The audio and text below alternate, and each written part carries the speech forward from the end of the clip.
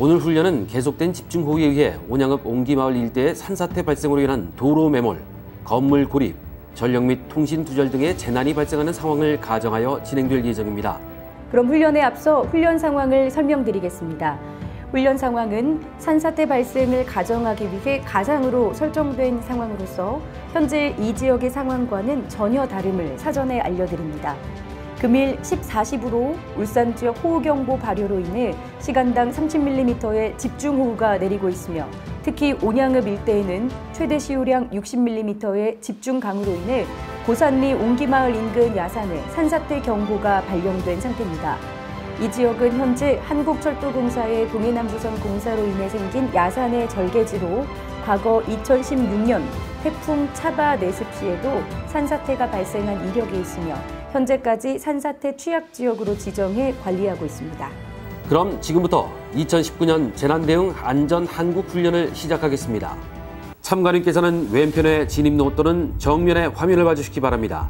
산사태 발생으로 인하여 마을 진입도로가 매몰되었으며 신고를 받은 소방과 경찰이 현장에 도착하였습니다. 마을 진입도로는 산에서 흘러내린 각종 토성류와 잔목으로 뒤덮여 있으며 주민 대피 중에 차량 한 대가 매몰돼 고립자 한 명이 발생했습니다.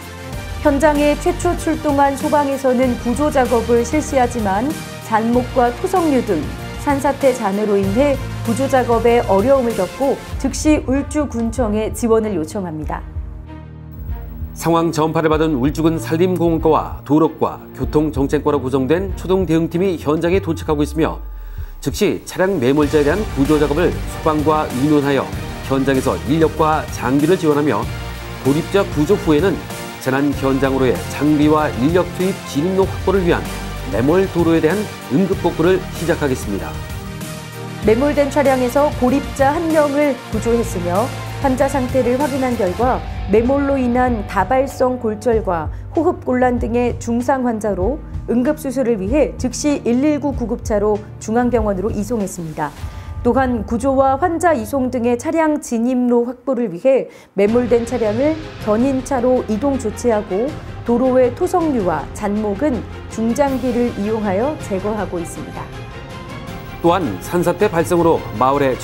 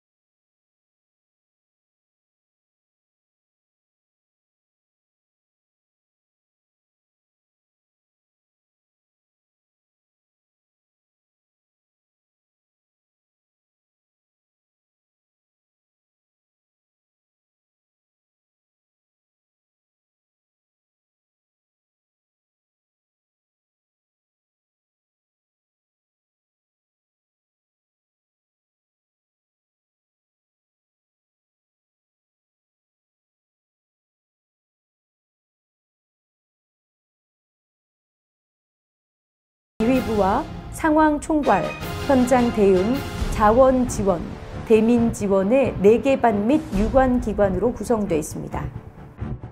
통합지원본부에서는 부군수를 주재로 하여 재난 현장의 신속한 구조 활동 및 응급 복구를 위해 협업 부서장 및 유관기관과 상황 판단 회의를 하고 있습니다. 또한 울주군 재난안전대책본부에서 지원 요청을 받은 울주군 보건소 인력들이 재난 현장 통합지원본부에 합류하기 위해 현장에 도착하여 현장 응급의료소를 설치하고 있습니다.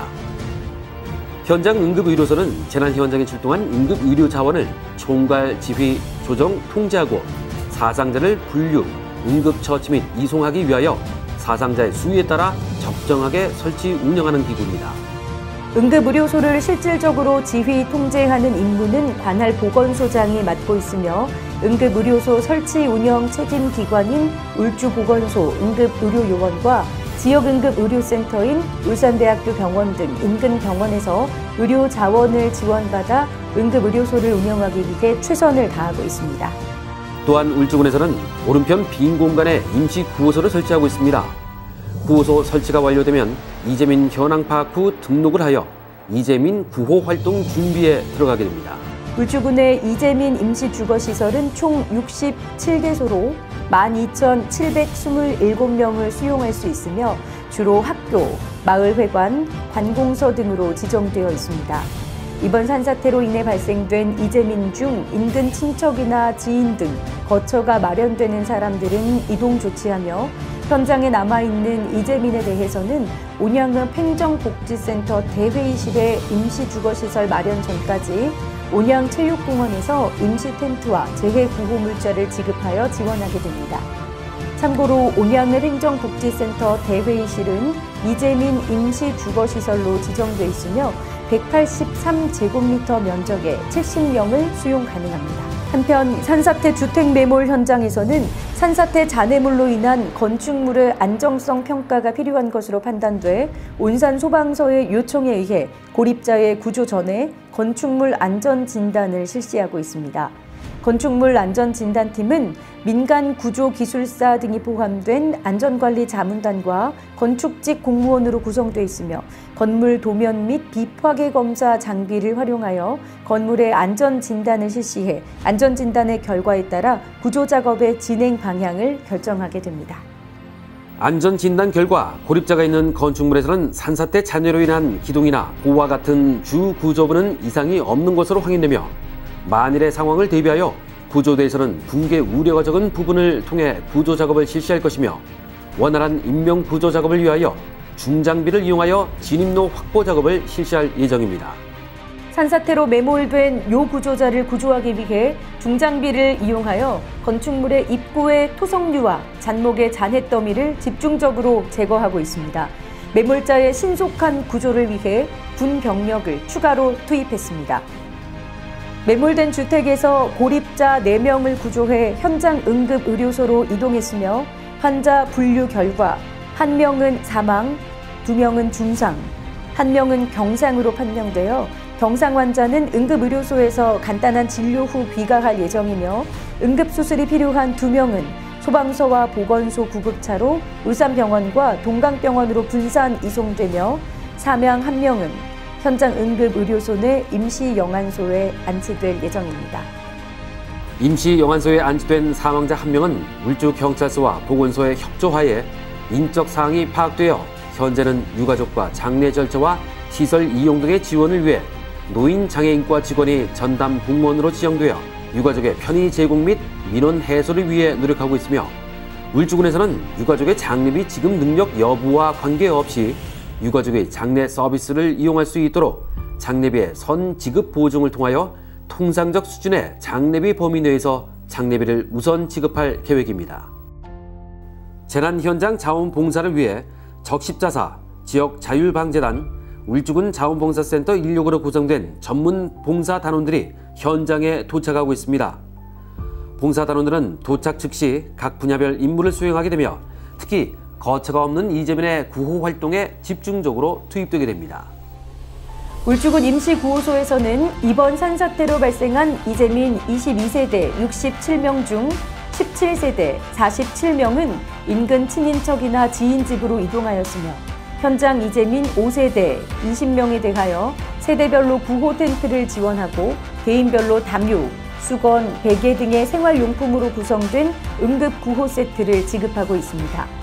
울주군에서는 재해구호물자, 응급구호 세트 68세트, 취사구호 세트 81세트, 총 149세트를 울주군청 지하 2층 재해구호물자 창고에 비축하고 있으며 그 밖에 변질되기 쉽거나 조달이 용이한 비상식량, 생수, 의약품 등의 경우 비축하지 않고 5개소의 사전 구매선을 지정하여 재해 발생 시 조달토록 하고 있습니다.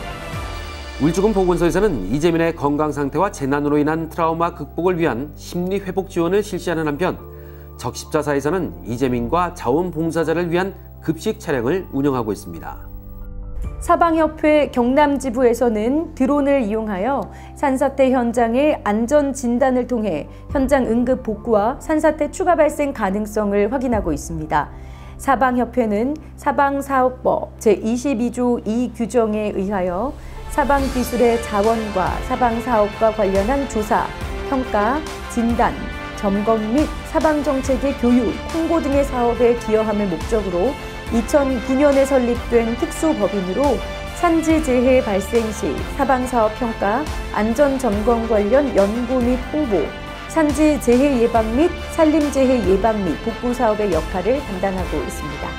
재난 현장의 안전진단 결과 추가 산사태 발생 가능성은 없으며 소방의 구조 수색 결과 더 이상의 추가 인명 피해가 없어서 울주군 통합지원본부에서는 재난 단계를 대응 단계에서 수습 복구 단계로 전환해 신속한 복구 작업을 위해 자원 집결지에서 대기 중이었던 복구 차량들이 현장으로 이동시키고 있습니다.